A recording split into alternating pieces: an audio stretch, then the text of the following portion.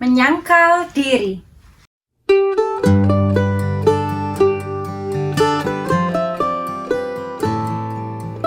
Bapak, Ibu, dan Saudara yang dikasihi Tuhan, kali ini kita mau belajar dari Paulus dalam cara hidup menyangkal diri.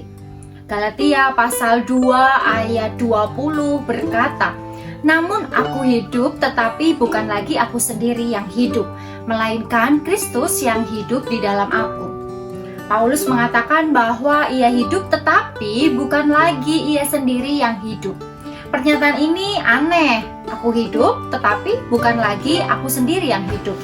Paulus sadar dan yakin betul atas kasih Allah melalui Tuhan Yesus Kristus. Oleh karena itu, Tuhan Yesus Kristus yang hidup di dalam dirinya. Kristus yang hidup di dalam Paulus menjadi bukti bahwa Paulus hidup dalam menyangkal diri. Bukan apa yang menjadi kehendak Paulus, tetapi apa yang menjadi kehendak Kristus di dalam hidupnya. Bapak, Ibu, dan Saudara yang dikasihi Tuhan, jadi kalau kita mau menyangkal diri, maka hidup kita ini bukan tentang terserah kita. Menyangkal diri berarti belajar meletakkan kehendak Allah Bapa dalam hidup kita. Menyangkal diri, belajar percaya bahwa kehendak Allah Bapa adalah yang terbaik bagi kita. Rencana Allah adalah yang terbaik bagi kita.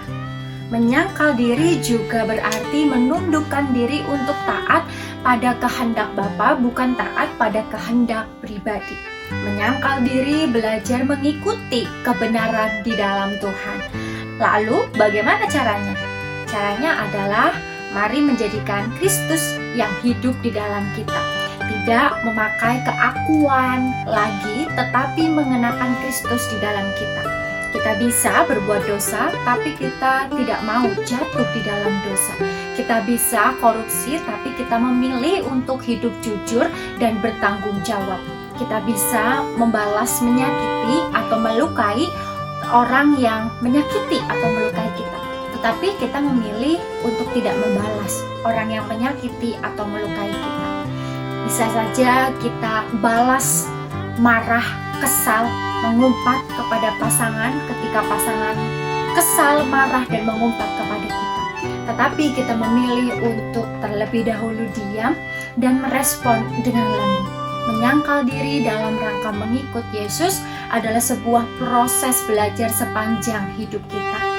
Bisa jadi selalu saja ada tantangan, ada hambatan, tapi mari kita bersandar kepadanya setiap waktu dalam rangka menyangkal diri, mengikut Tuhan. Tuhan Yesus memberkati. Amin.